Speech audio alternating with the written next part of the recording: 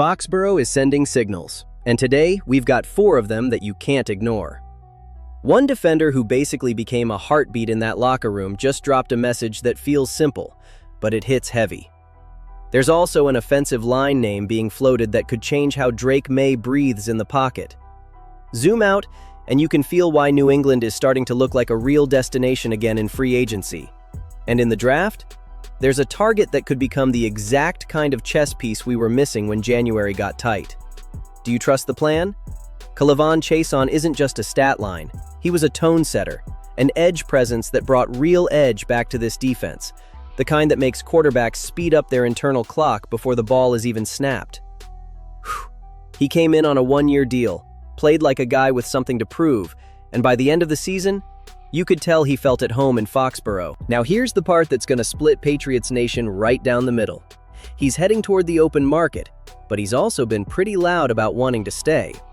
On social media, he posted a photo of himself in full uniform during Super Bowl XI with "I'm back" playing in the background.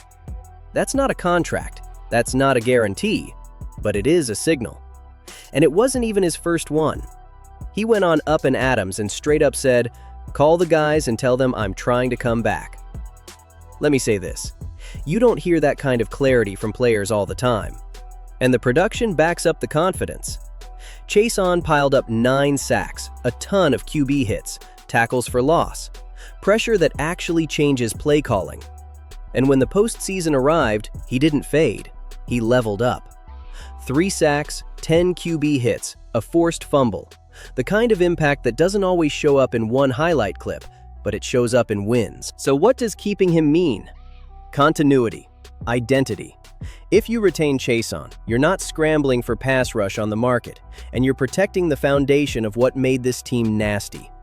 And there's a ripple effect people forget.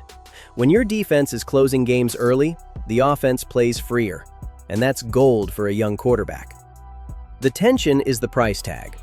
A guy who pops in the regular season and then turns it up in the playoffs? That brings competition. The good news is the Patriots have room to move. Cap projections have them with real space heading into the year. So it becomes a priorities conversation, not a "can we afford anyone" conversation. Do you pay to keep the soul of the pass rush?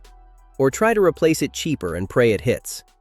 And speaking of protecting Maye, let's talk about doing it the direct way. Because if you watched the biggest moments last postseason, you know the uncomfortable truth. There were snaps where Maye made the right read, and the pocket still didn't hold. When pressure comes off the edge, a quarterback can sometimes slide, reset, escape. When it comes straight through the middle, that's a play dying in real time. That's 3rd and long turning into a punt before the routes even develop. So here's a name that's been suggested as a real option: Isaac Seumalo. Nothing is confirmed yet. This isn't "he's a Patriot," but it's a move that actually makes football sense. Seumalo's a veteran guard with real experience, and he's capable of lining up on either side. That matters, because stability inside changes everything about your offense. Your run game becomes more reliable, your protection becomes cleaner, and your QB stops feeling like he has to be perfect on every dropback. Be honest, how many times did we watch plays where the concept was there, but the timing got blown up? That's what a steady interior lineman can fix. He's not the type of signing that breaks the internet, but he's the kind that shows up in the small moments. 3rd and 6, the pocket stays firm, Maye climbs, hits the dig route for a chunk play. Red zone, you don't get knocked off schedule, you actually finish drives. And yeah, the debate is obvious. He's 32. Do you want to invest in a guy in his 30s? That's a fair question. But winning teams don't build with only one tool. You mix youth with reliability. You add pieces that raise your floor while you draft guys who can raise your ceiling. And there's another layer here: league perception.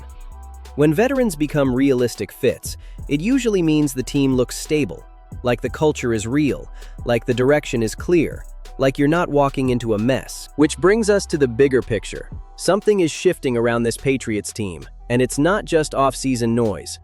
For the first time in a while, Foxborough feels like a destination again. And it starts with Maye. Quarterbacks change franchises, always have. People can talk about weather, taxes, market size. None of that matters as much as the guy under center. When you've got a quarterback who looks like he can carry a playoff run, players notice. Receivers notice. Linemen notice. Defenders notice. Everybody wants to be on the side of the scoreboard that's winning. And when that quarterback is still on a rookie deal, that's a rare window. That's where smart teams get aggressive around him. But it's not just Maye, it's development. It's the way guys elevated their game. Young players getting meaningful snaps, rookies contributing, veterans bouncing back. That's not random. That's coaching. That's structure. That's the staff building something players trust. And let's be real. Mike Vrabel brings instant credibility. He brings clarity. Players know what they're signing up for. They know what the expectations are. They know what the identity is supposed to be. Here's the thing. Cap space plus draft capital plus credibility equals opportunity. That's how you turn really good into built to stay good. But there's still a missing piece.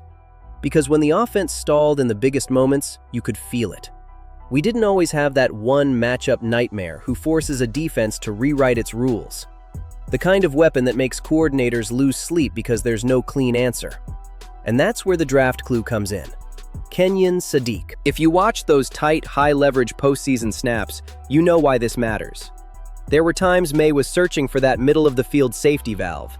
That guy who can win fast, punish zone coverage, and be a problem in the red zone. Sadiq isn't just a tight end prospect. He's the modern type. Too big for DBs, too quick for linebackers, and smart enough to settle into the soft spots of coverage. He put up 560 receiving yards and 8 touchdowns at Oregon, but the numbers don't fully capture the idea. The idea is matchups. It's stress. It's forcing defenses to pick their poison. And there's talk he could be on New England's radar if he's still there when they pick. That "if" is the tension, because guys with this profile tend to climb fast. Now connect the dots.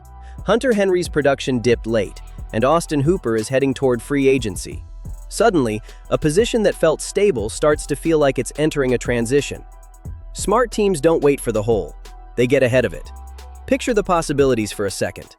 2 tight end looks with Sadiq and Henry. If the defense stays heavy, Maye can attack the edges and find chunk plays. If they go light, you pound them and live in the middle of the field. That's not just another target, that's a tactical advantage. The cost, though, is real. If New England believes he's the guy, they might have to move up to get him. And moving up means spending picks. It means committing. It means choosing a direction and living with it. And this is where Patriots Nation is going to argue. Some fans will say tight end isn't the top priority. Go get a wide receiver, fix the line, do something else. And I get it. But modern offenses aren't about one weapon. They're about building an arsenal. The best attacks always have that tight end who bends coverages and changes spacing. So the question isn't just, is Sadiq good? The question is, how much are the Patriots willing to pay to make sure someone else doesn't turn him into our problem twice a year? 4 signals, 4 decisions, and one reality you can't ignore. New England is choosing what it wants to be. Keeping Chason is protecting the identity. Reinforcing the line is protecting Drake Maye. Becoming a free agent destination is accelerating the window. And attacking the draft with courage is avoiding regret. Remember what I teased at the start? One of these clues changes the whole picture. It's the quarterback on a rookie contract. That's the rare advantage. That's the window you don't waste. So I'm asking you straight. Would you go all in right now? Drop your take in the comments.